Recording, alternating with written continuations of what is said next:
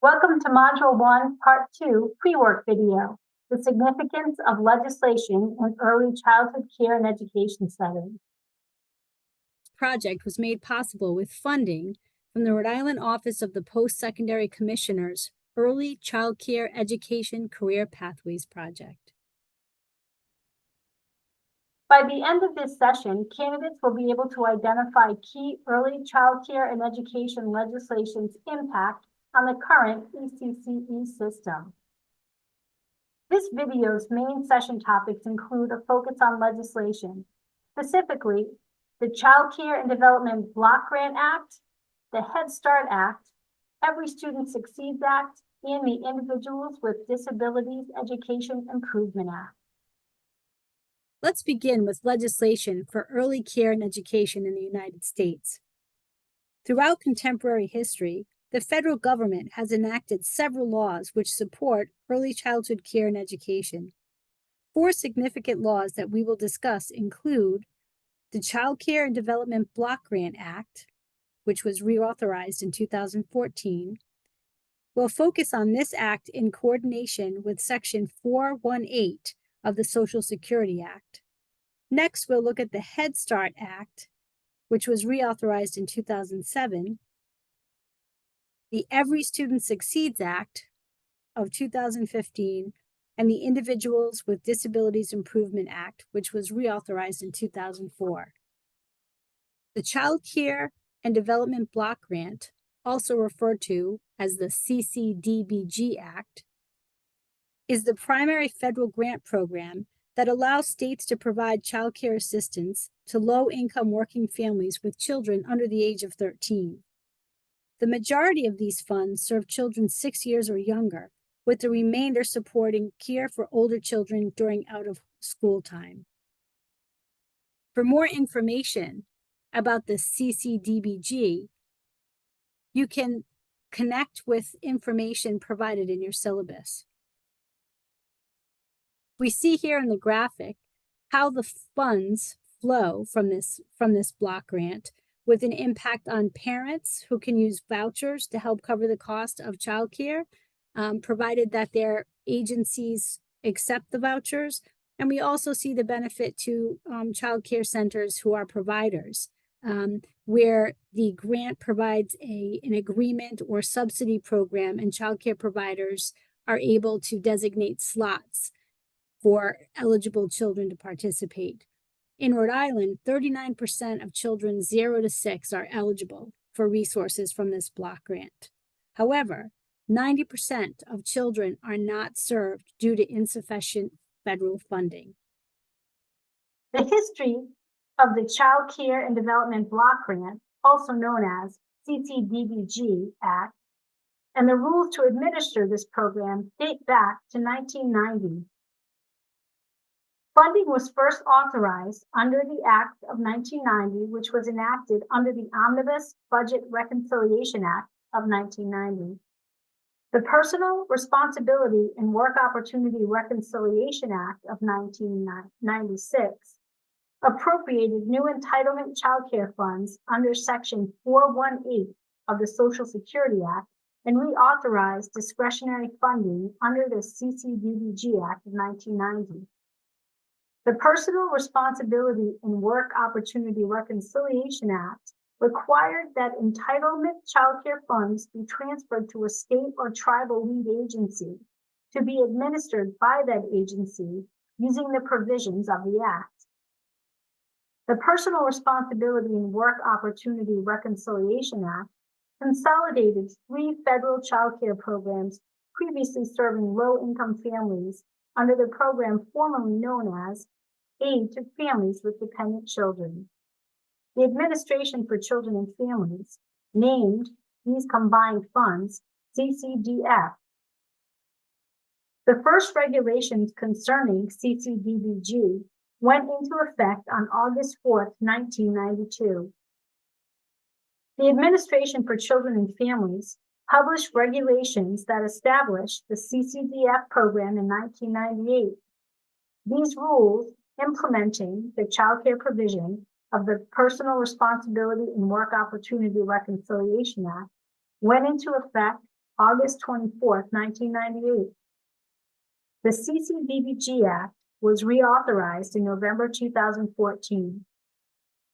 The reauthorization of this act enhanced the statutory purpose of the CCDF program to better balance the dual purpose of promoting children's healthy development and school success, as well as to support parents who are working or in training and education programs.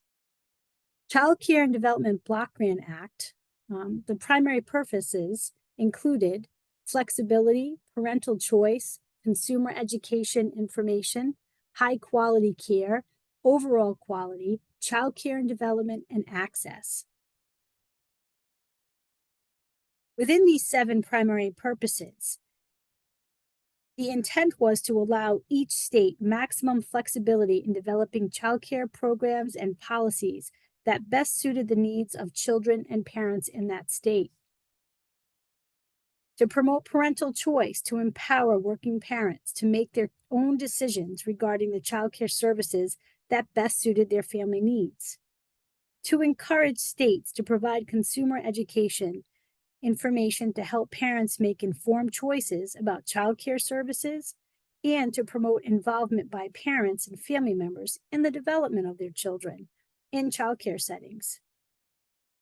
To assist states in delivering high-quality, coordinated early childhood care and education services to maximize parents' options and support parents trying to achieve independence from public assistance.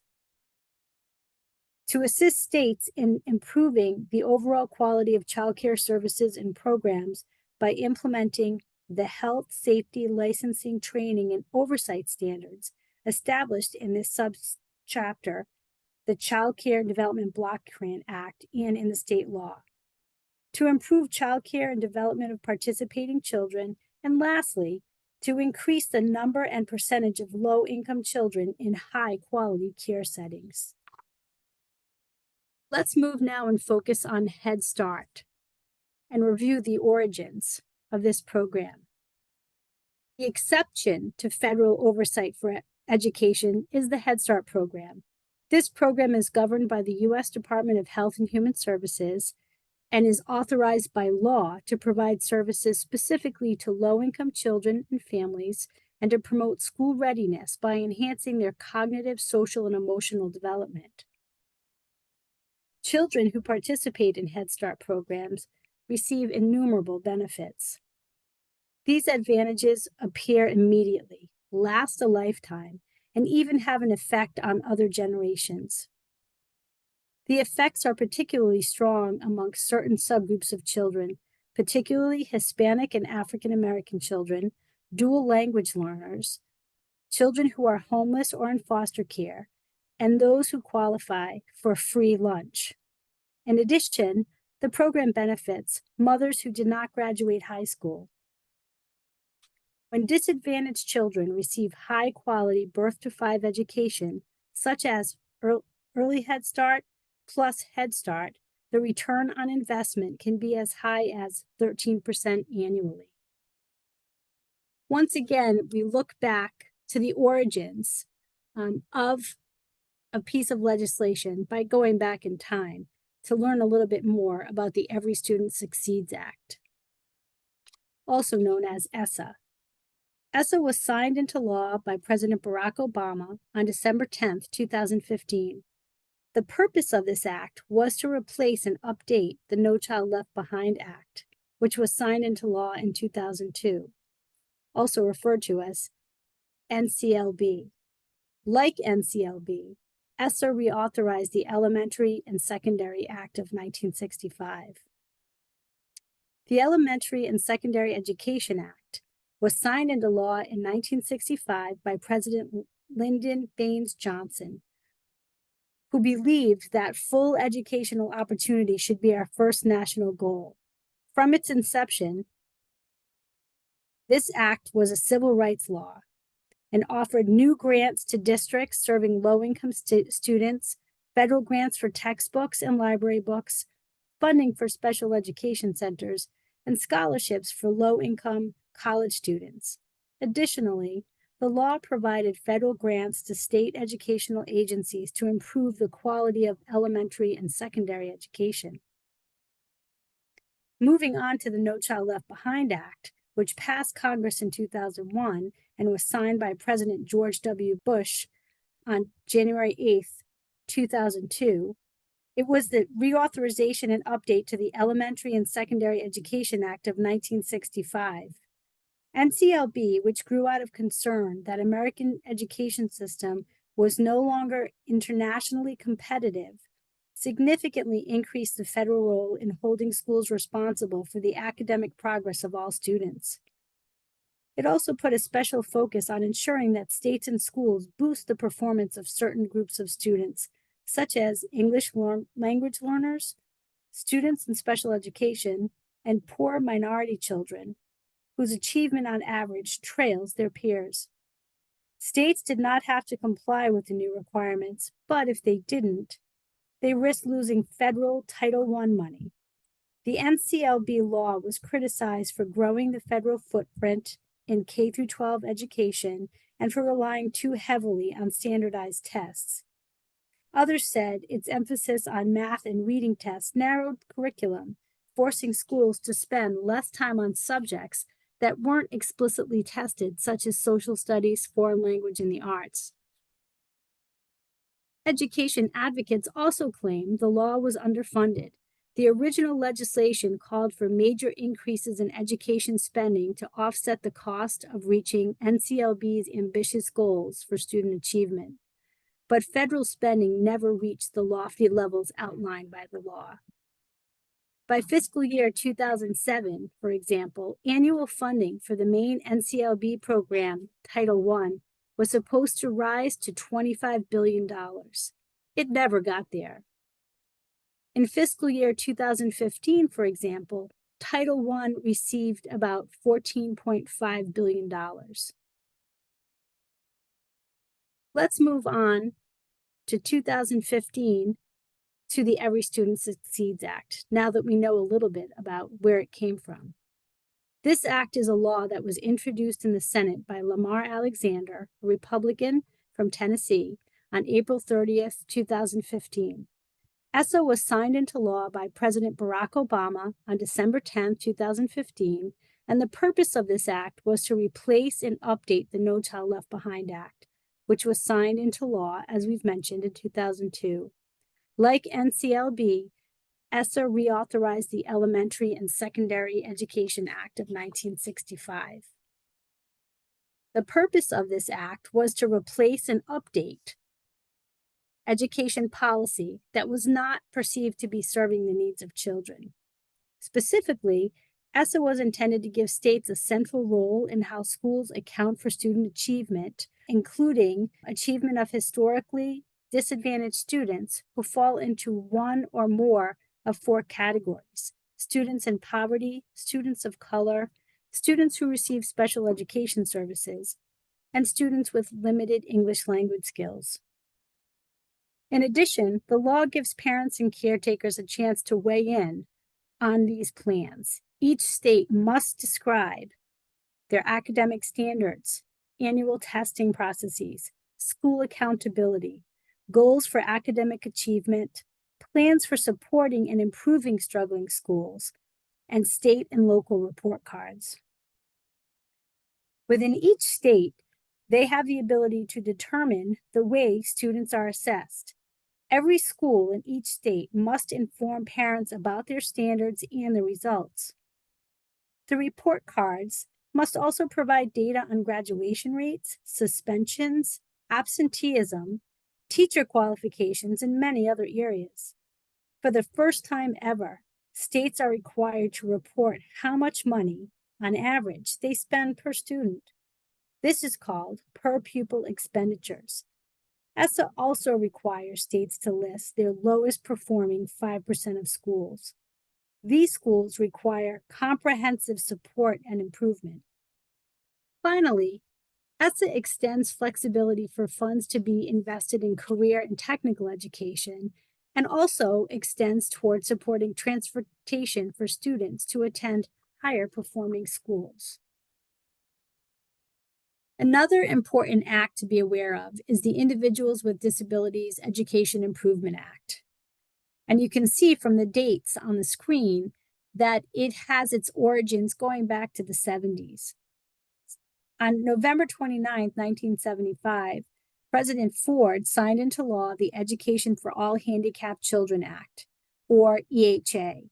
The EHA guaranteed free, appropriate public education, or FAPE, to each child with a disability in every state and locality across the country. The 1986 reauthorization addressed early intervention and mandated that individual states provide services to families of children born with disabilities from the time they are born. Previously, these services were not available until children reached the age of 3. The 1990 reauthorization changed the law's name from EHA to the Individuals with Disabilities Education Act, or IDEA. It also added traumatic brain injury and autism as new disability categories. Additionally, Congress mandated that as a part of a student's individualized education program, or IEP, that an individual transition plan, ITP, must be developed to help the student transition to post-secondary life.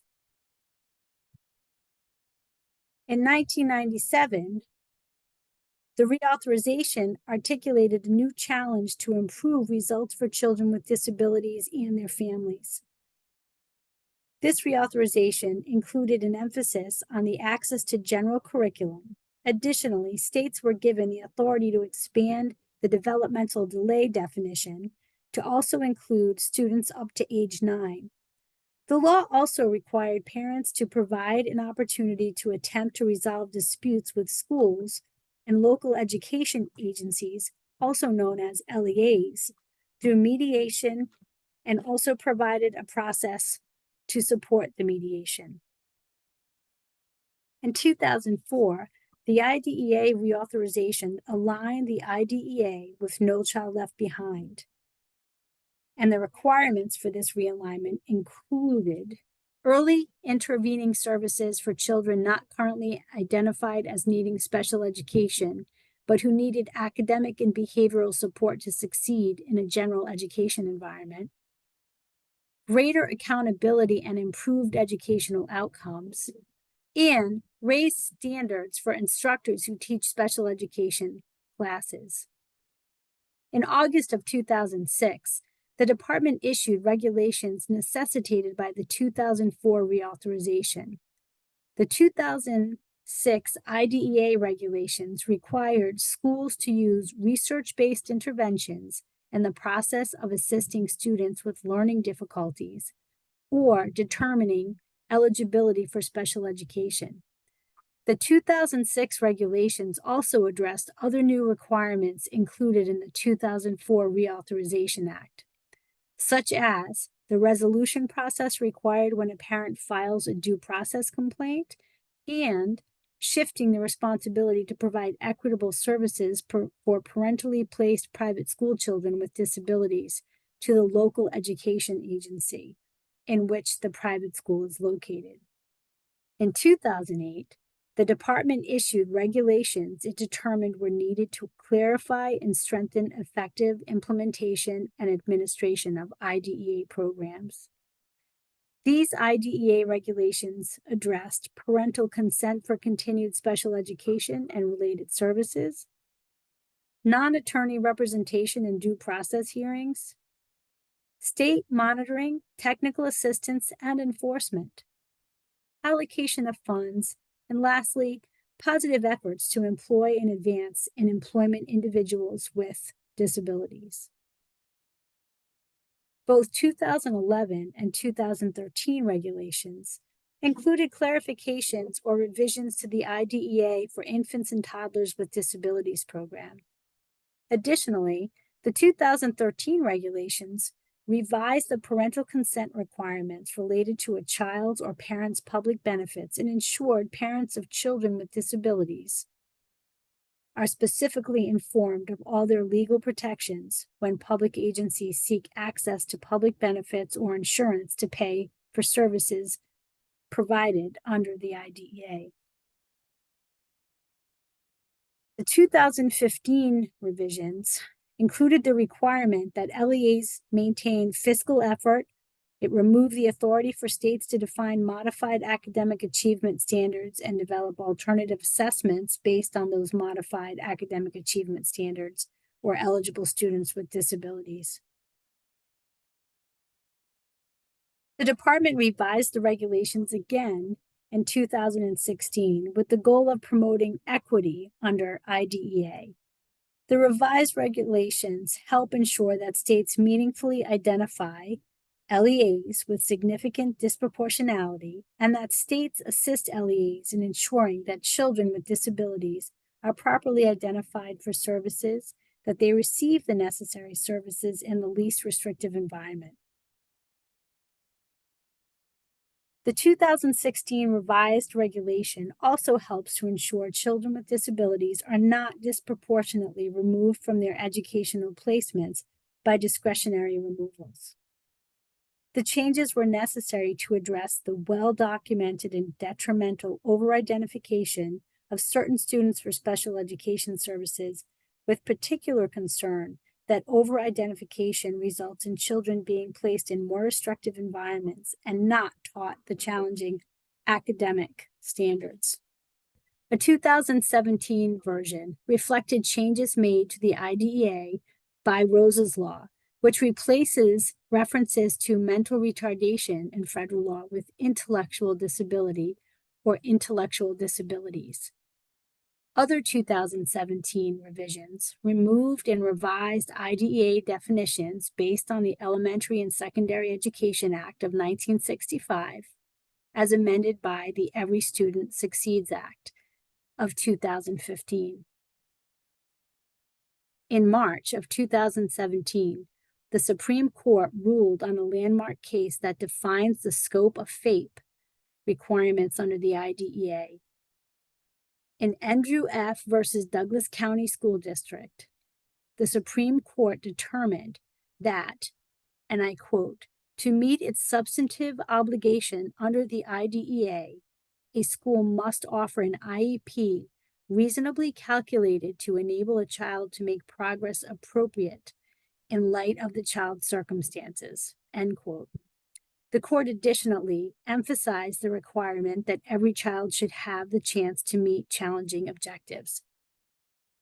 We can see from this walk through time the interplay of the different child legislative acts that we have talked about and how there's a constant effort to improve in recognition of the need to address issues of equity. The Individuals with Disabilities Education Improvement Act, IDEIA, includes attention regarding IEP legal documents developed by a team for children eligible for special education services. FAPE, all children with exceptionalities are required to receive a free and appropriate public education. LRE, the LRE is in the environment in which the least restrictive environment in which the children will be most successful. Due process or procedural safeguards reflect that the laws are there to protect children with exceptionalities and to support their families. Non-discriminatory assessment. Children must be assessed in multiple formats with unbiased assessment tools. And lastly, parent participation. Parents and students, when appropriate, are required to participate as IEP team members. I know that's a lot of information to cover, and I'm sure that people watching this video are working within these pieces of legislation on a daily basis. It's important to understand this constant effort to move forward with legislation to better meet the educational needs of children in our state. And it's important for us to know this so that we can advocate for continued change, and we can also learn from some of the successes in the past. So now that we've come to the end of this video, we are able to connect early childhood care and education to this historic legislation, and we can understand some of the opportunities and some of the struggles that we continue to face today in our efforts to provide quality education to our state's youngest children. You have an opportunity after watching this to start to think about how this information, how past legislation and historical processes can help to transform today's landscape by advocating for continued changes and new laws that will be progressive and protect the needs and rights for children to have access to early childhood education that is high quality, accessible, and affordable. Now that you've reached the end of this training video, I'd like to refer you back to your syllabus where you can find the link for your reflection activity on the syllabus. The next class that you'll have will be in person, where you'll be meeting with your instructor to address the transition from this legislative focus and historical focus into one that is starting to focus on business management and leadership. Thank you.